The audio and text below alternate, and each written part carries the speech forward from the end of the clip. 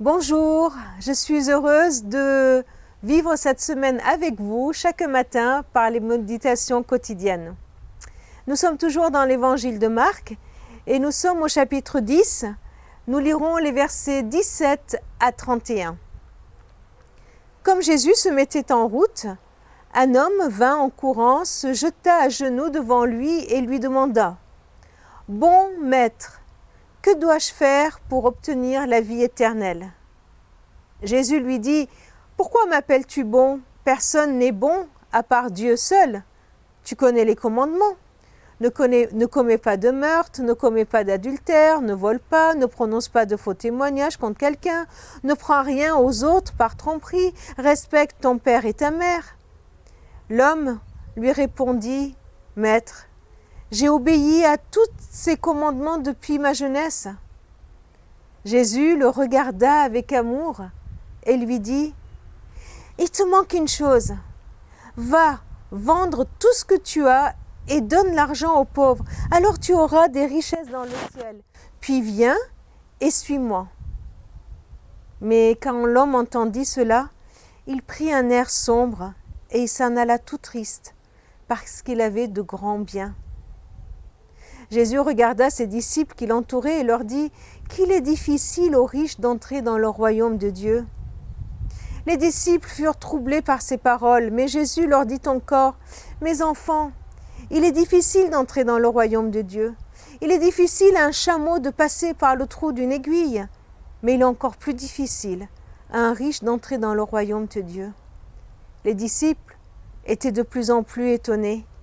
Et ils se demandèrent les uns aux autres « Mais qui donc peut être sauvé ?» Jésus les regarda et leur dit « C'est impossible aux hommes, mais non à Dieu, car tout est possible à Dieu. » Alors Pierre lui dit « Écoute, nous avons tout quitté pour te suivre. » Jésus lui répondit « Je vous le déclare, c'est la vérité. Si quelqu'un quitte pour moi, et pour la bonne nouvelle, sa maison ou ses frères, ses sœurs, sa mère, son père, ses enfants, ses champs, il recevra 100 fois plus dans le temps où nous vivons maintenant, des maisons, des frères, des sœurs, des mères, des enfants et des champs, avec des persécutions aussi. Et dans le monde futur, il recevra la vie éternelle.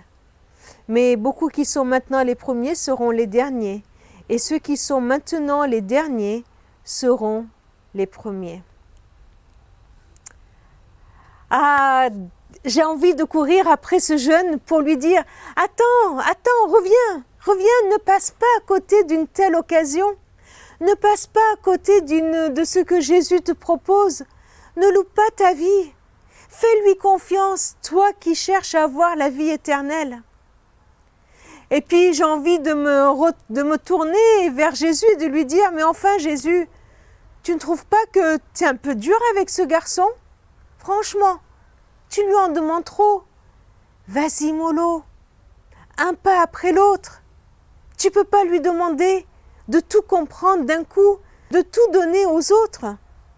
Il a beaucoup. Il faut savoir parler aux riches. Il faut les comprendre. Quand on n'a rien, il est facile de tout donner.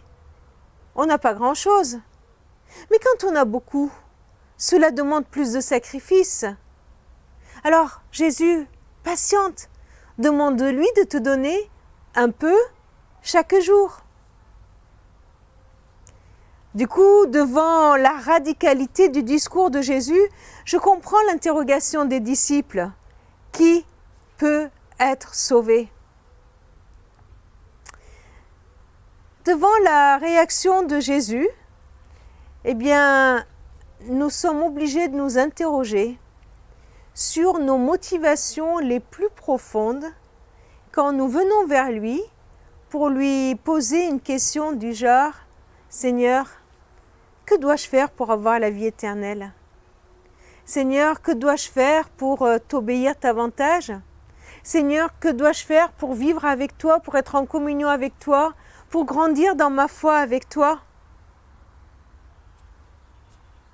Et Pierre, dans ce qu'il dit, Nous voyons aussi qu'il touche les motivations. Il le souligne aux disciples et en disant « Mais nous avons tout quitté ».